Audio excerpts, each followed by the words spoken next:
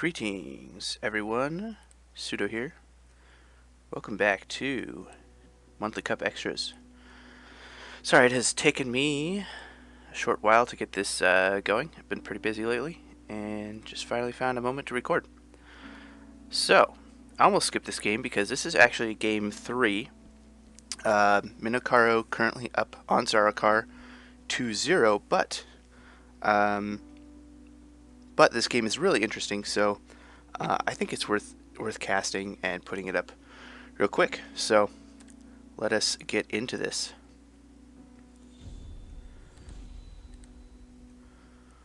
Minocaro on the bottom. He is part of Team Zenith. Zenith making a pretty strong showing in this monthly cup. This is his third monthly cup. Previously out in the round of 32 and the round of 8. So this is currently being the round of 16. Should have mentioned that. This being the round of 16, he's pretty close to getting to matching his previous best run. Zarrockar, also part of Team Zenith, so this right here is a team kill. Again, as I mentioned, Zenith making a strong showing in the in this monthly cup here. He also has been to 3 other monthly cups. His best run put him at 2nd place, and he's never been out in the round of 32. He's always made it at least to the round of 16. And this is round of 16 right here, so that record stands.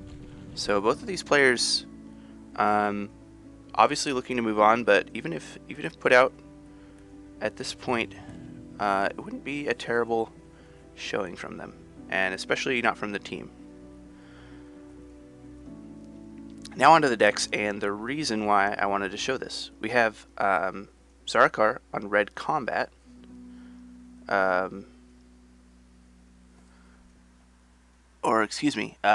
Crackthorn. I only saw red combat creatures for a second there. But the really interesting part here is Minocaro is running what he prefers to call green-yellow combo, green-yellow haste combo. A lot of people refer it to as green-yellow rush, and I think the combo name fits. It's more of an OTK deck than a rush deck. Somewhat semantics, but I think it's still interesting. So we see here, typical of an OTK or a combo deck, Minocaro hasn't really played anything. He could play that Oakling and feed, but he doesn't have any creatures in hand yet to do it. So obviously that wouldn't be too helpful for him.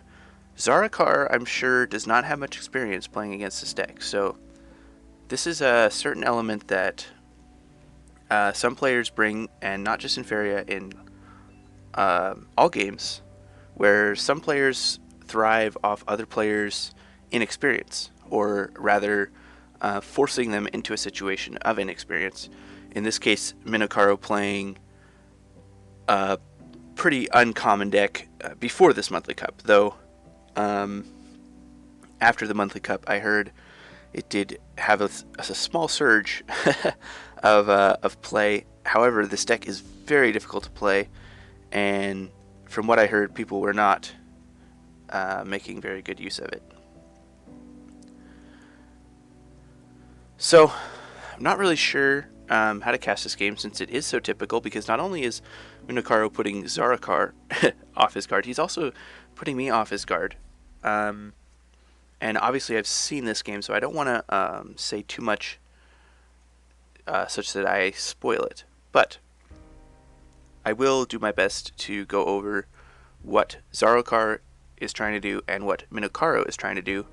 And most of the plays that you see here will be self-explanatory. There won't really be any plays that I can think of that are confusing, though I'll try to go over them the best I can. So Zarrockar looking currently to body block, the most effective anti-rush technique short of taunt.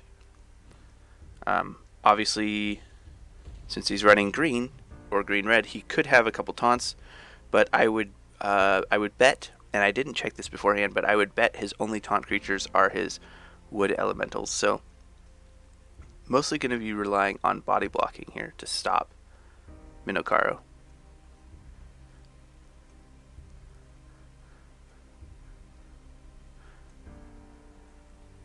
Minocaro with the Oakling has the option to feed, but he may also want to save that feed for a future creature.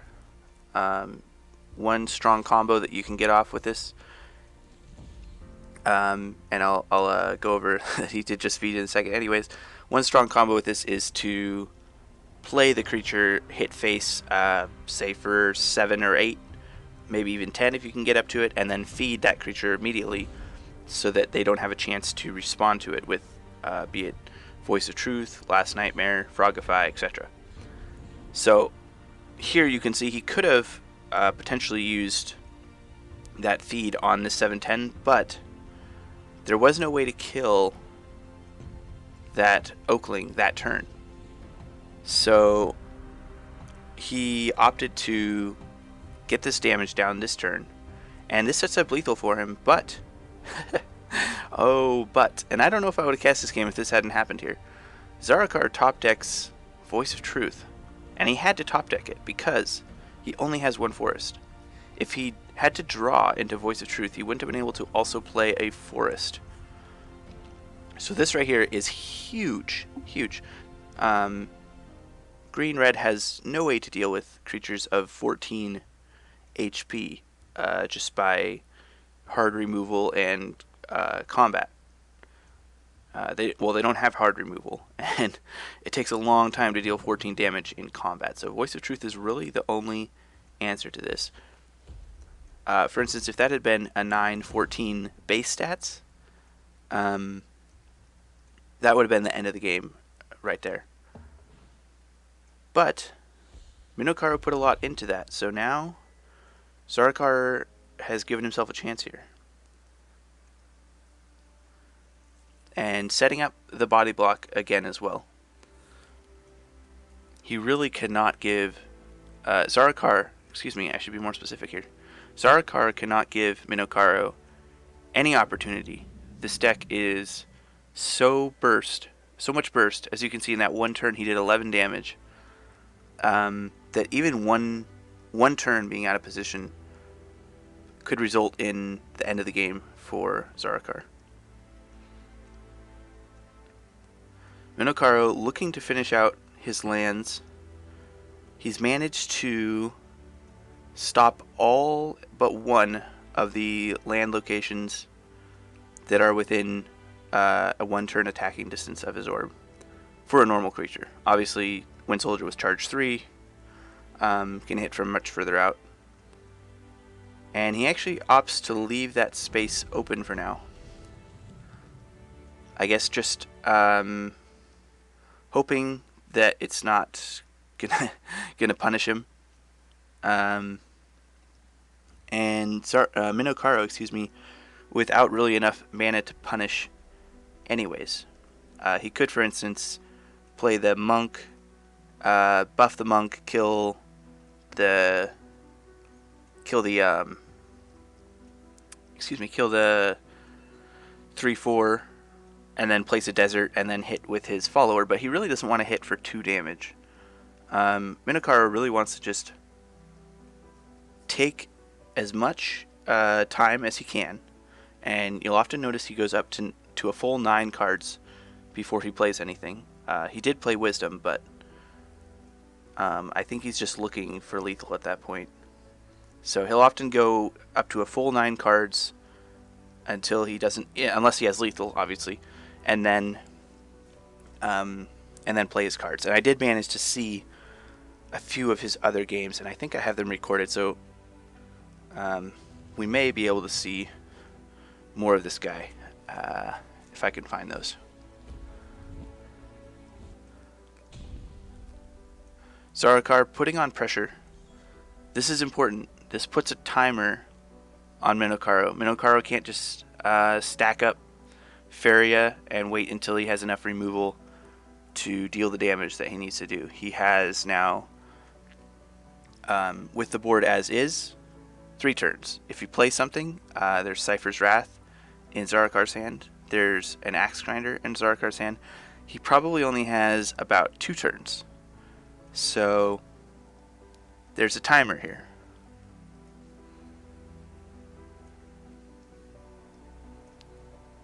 And I won't even try to pretend to know exactly what Minocaro is thinking. This is one of the reasons this deck is so difficult to play.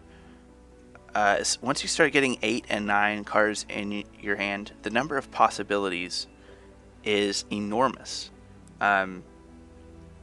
Looking at, if we just add up all his cards here, 6, 7, 8, 11, 15. It would take 15 Feria to cast everything, so you can almost cast every card except one. Next turn, obviously he'll have another card, but with 13 Feria and Khalim's Prayer, he would technically have enough to play everything in his hand at this moment.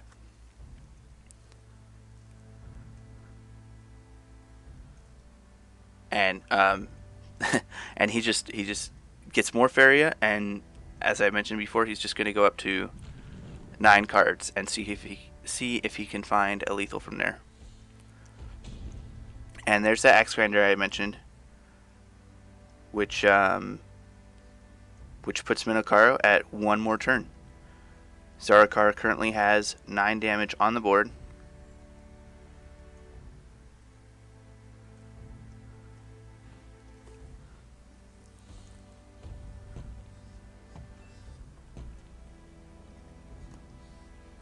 And Minocaro up to 9 cards. I can go over kind of what each thing is. He has 3 buffs, 4 creatures, and 1 creature, Wind Soldier, which is both a creature or removal, depending on what he needs it for. That could be 3 to face, or it could be 3 to a creature if he needs to clear with it. And then he also has 1 removal in Choking Sand. And if he can hit face, Khalim's Prayer might come into play, but it's going to be difficult to find 2 spaces to hit Zarrockar with, so most likely that won't come into play here.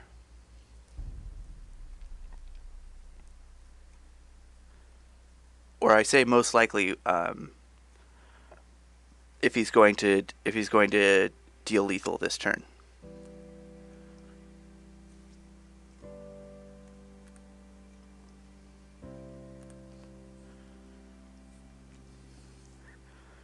And Minocaro down to the wire.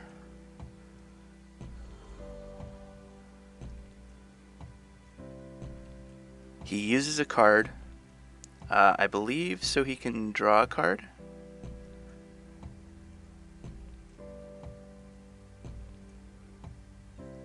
Oh, nope, never mind. Okay, so he uses the heal just to give him 1 more turn.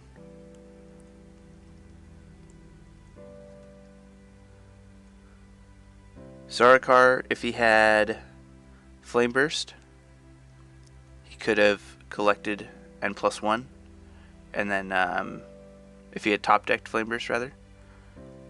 I guess he drew the buff first, so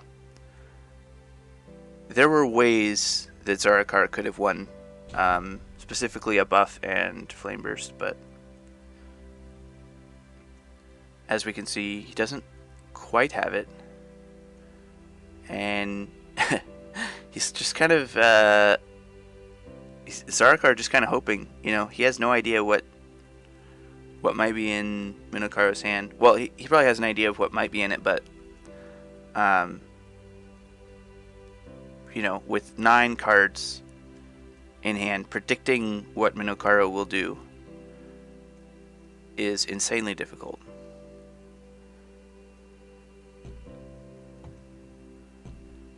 And Zarrockar doesn't immediately hit there because he's contemplating a buff. And he decides to buff his defender. Now this might look kind of odd, right? If Minocaro has Last Nightmare, it doesn't matter if, if he buffs, he's just giving his Last Nightmare more value. But as we can see, Minocaro has Choking Sands, and that buff puts Zarrockar out of range, or put that elemental out of range of Minocaro's Choking Sands here.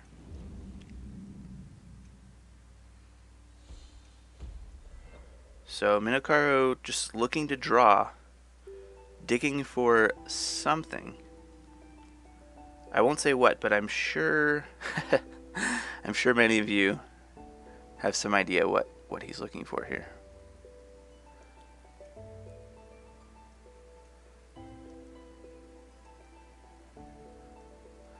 Also, a side note while we're waiting, let me know how this music is.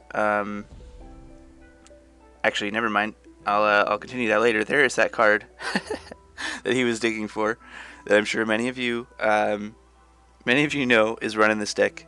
If you've played against it, you've probably lost to it. I know I have on a few occasions, and thankfully I've learned my lesson. And lately, I've been playing around Doomsday, and this is why. Zarrockar with one Faria. Minocaro gets about as good of a Doomsday as you can get.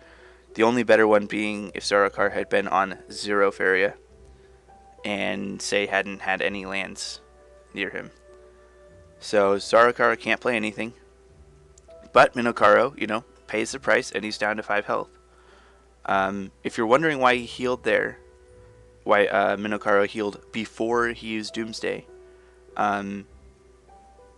it's because it was effectively still a heal of 3, and since Doomsday sets your Faria to 0, he was using that 2 Faria value, and it puts him out of range of something like a double Flameburst play, or a single Flameburst play, excuse me, on the next turn. So if Zarrockar had a Flameburst in hand, and Minocaro hadn't healed, that would have just been the end of the game right there.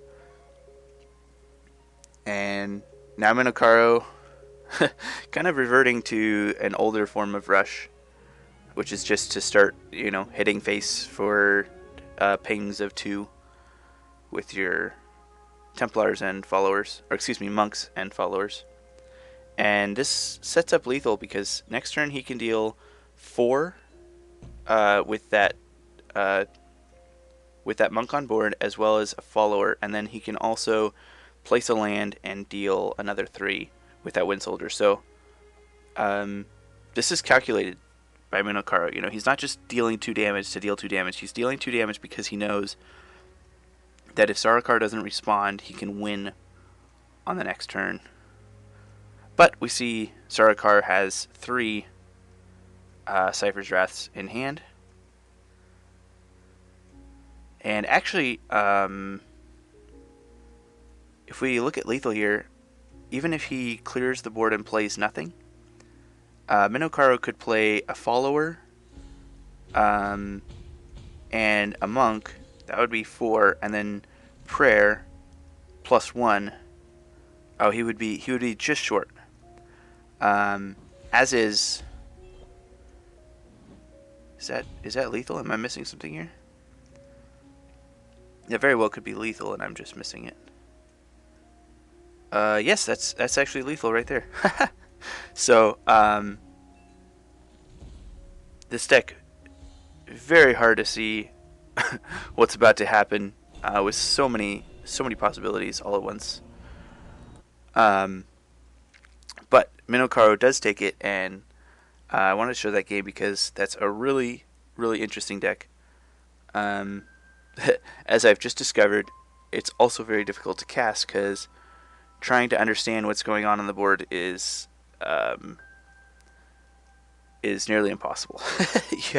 you have to know what's going on inside their heads to actually understand what's happening, especially with Minocaro not playing anything for the first 5 or 6 turns there. So anyways, I hope you enjoyed that, and back to my earlier note, let me know what you think of the music. I've tried to turn it way down way down for you guys, but I don't really like the silence behind the casting. I like a little bit of ambience.